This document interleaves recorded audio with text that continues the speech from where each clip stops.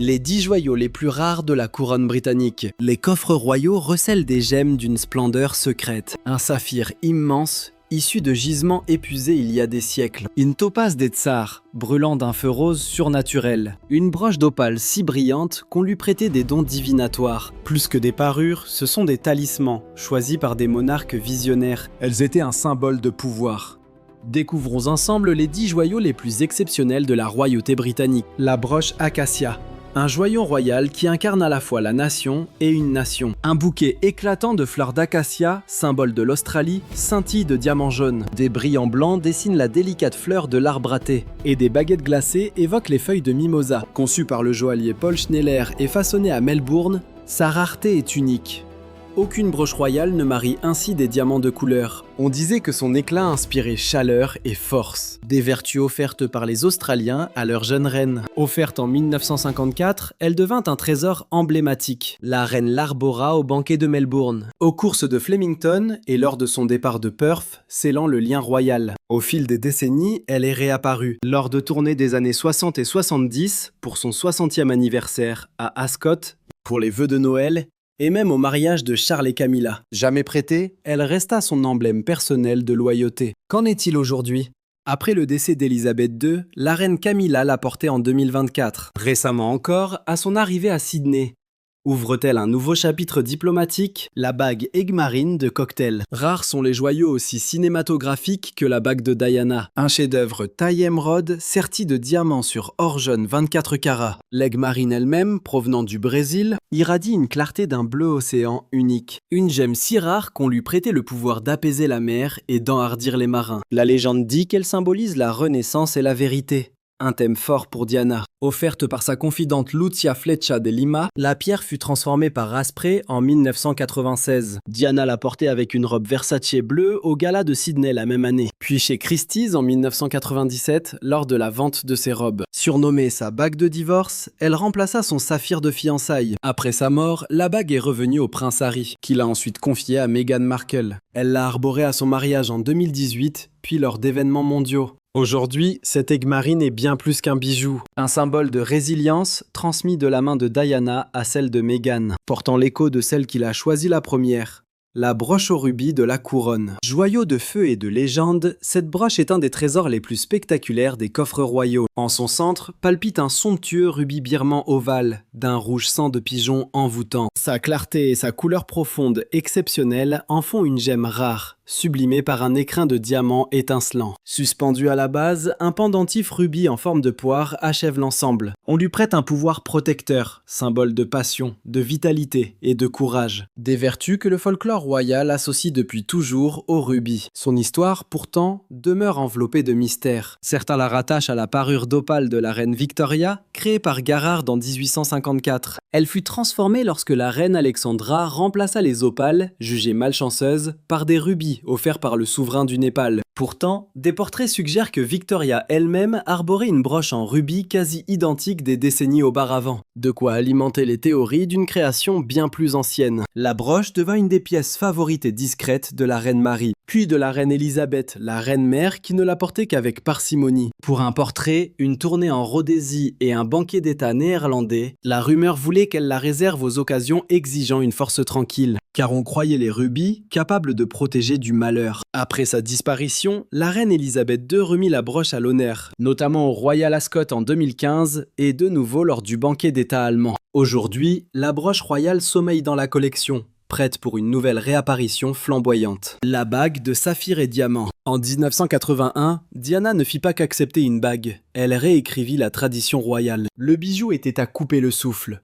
Un saphir de Ceylan ovale de 12 carats. Célèbre pour sa teinte bleu-bleuée intense, une rareté extraite des gisements anciens du Sri Lanka. Ce qui distingue un saphir de Ceylan, c'est sa limpidité et sa couleur profonde sans égale. Des pierres qui ornèrent jadis empereurs et tsars. Serties de 14 diamants et montées sur or blanc 18 carats, la création de Garrard avait l'éclat d'un joyau de la couronne. Pourtant, chose choquante, elle provenait du catalogue du joaillier, et non des coffres de Windsor. Pourquoi ce choix ? Peut-être parce que le saphir rappelait le regard inoubliable de Diana, ou parce que son design faisait écho à la broche de saphir bien-aimée de la reine Victoria de 1840. Un talisman, gage de dévotion éternelle. Depuis des siècles, le saphir symbolise la vérité, la protection et la sagesse. Des vertus que Diana semblait rechercher dans une vie soudainement soumise à un examen constant. Elle l'arborait à l'annonce de ses fiançailles et lors de somptueux banquets d'État, ainsi que durant d'innombrables tournées officielles, de l'Australie à la Maison-Blanche, où la bague devint le témoin silencieux de sa grâce. Même lorsque son mariage se fissurait, l'éclat du saphir, lui, restait intact. Aujourd'hui, la bague orne la main de Catherine, princesse de Galles, devenue un emblème moderne de continuité, de résilience et de force tranquille.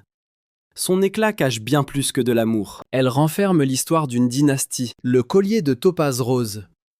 Ce collier de topaze rose n'est pas un bijou ordinaire. C'est une cascade d'un feu rose d'une grande rareté. Sa topaze rectangulaire, encadrée de 2 pointes de diamant, fut d'abord fixée par la reine Marie sur son chapeau ou portée en broche avec un pendentif briolette. La pierre renaquit bientôt en un magnifique collier, serti sur des guirlandes de diamants en certiclos, rayonnant d'une élégance que peu de gemmes peuvent égaler. La topaze rose est en elle-même l'une des gemmes les plus rares au monde. Une pierre précieuse jadis réservée aux tsars russes et aux monarques portugais. Une incarnation de l'amour éternel et de la protection céleste. On disait que son éclat rosé apaisait les passions tout en évoquant la puissance immuable de la royauté. Lorsqu'en 1953, la princesse Alice, duchesse de Gloucester, en devint l'héritière, elle l'associa à la tiare chèvrefeuille de Gloucester, donnant naissance à une parure emblématique. Le collier scintilla au banquet du 40e anniversaire de la RAF en 1958, au mariage de la princesse Alexandra de Kent en 1963,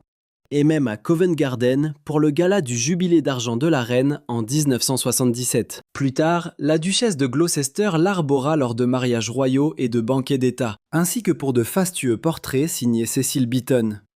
Il repose aujourd'hui dans les coffres des Gloucester, n'étant sorti que pour les banquets d'État, éblouissant récemment avec le pendentif nœud d'amour de la reine Marie lors de la visite d'État sud-coréenne. Ce collier, né broche, murmure encore une histoire de transformation, de puissance et de survie éternelle. Le collier de turquoise. Le collier de turquoise du Pakistan ne ressemble à aucun autre joyau des coffres royaux. Une cascade sur 2 rangs de turquoise bleu persan, trésor prisé pour sa couleur sans défaut et sa rareté, serti d'or et encadré de délicates perles fines. Il fut offert en 1966 comme cadeau diplomatique par le président Ayub Khan du Pakistan à la reine Elisabeth II. La turquoise, une gemme vénérée depuis des millénaires, symboliserait la protection, la sagesse et l'amitié durable, des vertus qui lui conféraient une grande portée sur la scène diplomatique. La reine l'arbora d'abord avec la tiare nœud d'amour de la reine Marie lors d'un gala somptueux. Elle le transforma plus tard en un rang unique, offrant les boucles d'oreilles assorties à la princesse Anne. Anne adopta aussi le collier, le portant au BAFTA en 1974 et à un dîner pakistanais en 1977. Immortalisé dans son portrait de 1987, il est réapparu à Royal Ascot en 2007. Mais où se trouve-t-il aujourd'hui, attendant peut-être en silence son prochain chapitre royal éblouissant?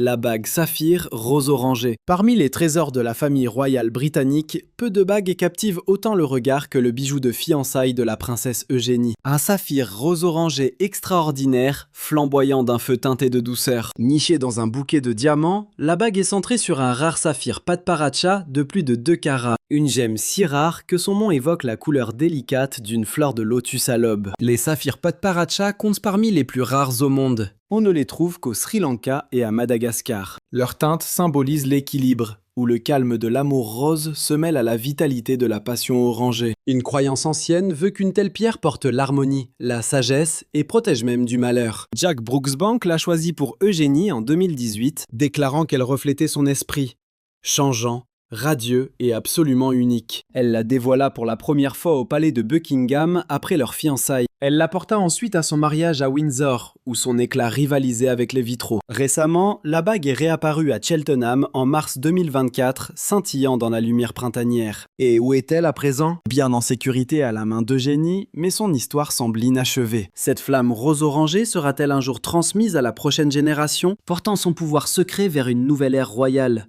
Le bracelet de la parure à pampilles d'émeraude. Le bracelet de la parure à pampilles d'émeraude ne ressemble à aucun autre bijou des coffres royaux. Un chef-d'œuvre audacieux d'or jaune et de diamants, des émeraudes d'un vert si intense qu'elles semblent briller de l'intérieur.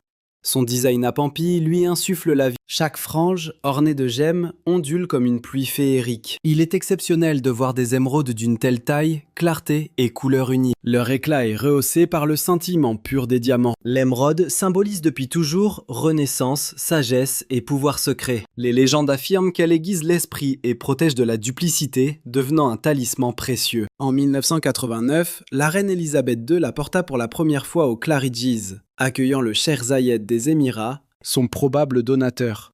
Ce fut un geste diplomatique paré d'un feu émeraude. Elle l'apporta de nouveau lors d'événements majeurs. Le dîner du G7 en 1991, son jubilé d'or à Toronto en 2002 et même la visite d'État du président Obama en 2011. Ce bracelet, bien que moderne, devint l'un de ses joyaux du soir préférés. Hors diadème, une élégance affranchie du poids de l'histoire. Aujourd'hui, il renaît au poignet de Catherine, princesse de Galles, éblouissante lors de sa tournée en Jamaïque en 2022. Ce joyau, jadis diplomatique, évoque une continuité générationnelle. Ses pampilles dansent vers une ère nouvelle. Broche gerbe d'opale. La broche gerbe d'opale d'Australie compte parmi les trésors éclatants de la collection de la reine Elisabeth II. Un joyau qui paraît s'illuminer de l'intérieur. Un joyau méconnu, peu portée, mais d'une beauté saisissante. Imaginée en une gerbe de feuilles et fleurs d'or, elle est sertie d'opales blanches et bordée de diamants. Chaque gemme chatoie tel un feu prisonnier. Des opales de cette taille et qualité sont rarissimes, prisées pour leur jeu de couleurs kaléidoscopiques, mais aussi pour leur puissante symbolique. Pureté, espoir et vérité. Le folklore leur prêtait même le pouvoir de prophétie. Rien d'étonnant à ce qu'une reine la choisisse pour célébrer l'unité. Offerte en cadeau de mariage à la princesse Elisabeth en 1947 par les vétérans de la Ligue impériale d'Australie, ce bijou incarnait un lien fort au Commonwealth. Elle l'arbora au service du Commonwealth en 2016, son motif australien, écho à son rôle de chef du Commonwealth. Au début de son règne, elle apparut aussi lors de réceptions avec des dignitaires australiens. Un subtil clin d'œil diplomatique. Aujourd'hui, la broche demeure dans la collection royale, patiente et silencieuse. Une autre reine fera-t-elle rejaillir l'éclat de ses opales de feu? Collier améthyste et diamant. Peu de joyaux incarnent la majesté discrète comme le collier d'améthyste et diamant de la duchesse de Cornouailles. Composé d'une frange d'améthyste violette, chaque pierre sur or est éclairée par de fins diamants. Il dégage une élégance raffinée, loin de l'opulence. La frange est ornée d'étoiles d'or, un design évoquant l'artisanat du 19e siècle, où l'améthyste symbolisait la clarté d'esprit et la maîtrise royale des émotions. Bien que communes, des améthystes de cette taille et d'un violet si intense sont rarissimes. Pendant des siècles, prisés des évêques et des reines, on leur prêtait le pouvoir d'apaiser les passions et d'aiguiser la sagesse. Un talisman parfait pour Camilla, qui l'arbora pour la première fois en 2005. Lors d'un gala du Prince's Trust, assorti à un velours d'un violet royal. Elle le reporta au Royal Variety Performance en 2006. On l'a admiré à la première de Deux sœurs pour un roi en 2008, puis lors d'un banquet au château de Prague en 2010. Son choix s'est également porté sur un autre joyau d'améthyste, un sautoir rehaussé de perles lors d'une visite d'État au Qatar en 2007. Un puissant symbole de sa guérison après une pneumonie, unissant la réputation ancestrale de l'améthyste à sa propre force de caractère. Fait intrigant, le collier est depuis resté invisible, dormant sans doute dans ses coffres, attendant de revoir la lumière des grands soirs. Renaîtra-t-il maintenant que Camilla est reine? Le mystère reste entier. Merci de votre fidélité. Pensez à vous abonner pour ne rien manquer de nos récits scintillants. Dites-nous quel est le bijou qui vous a le plus séduit et partagez vos raisons en commentaire.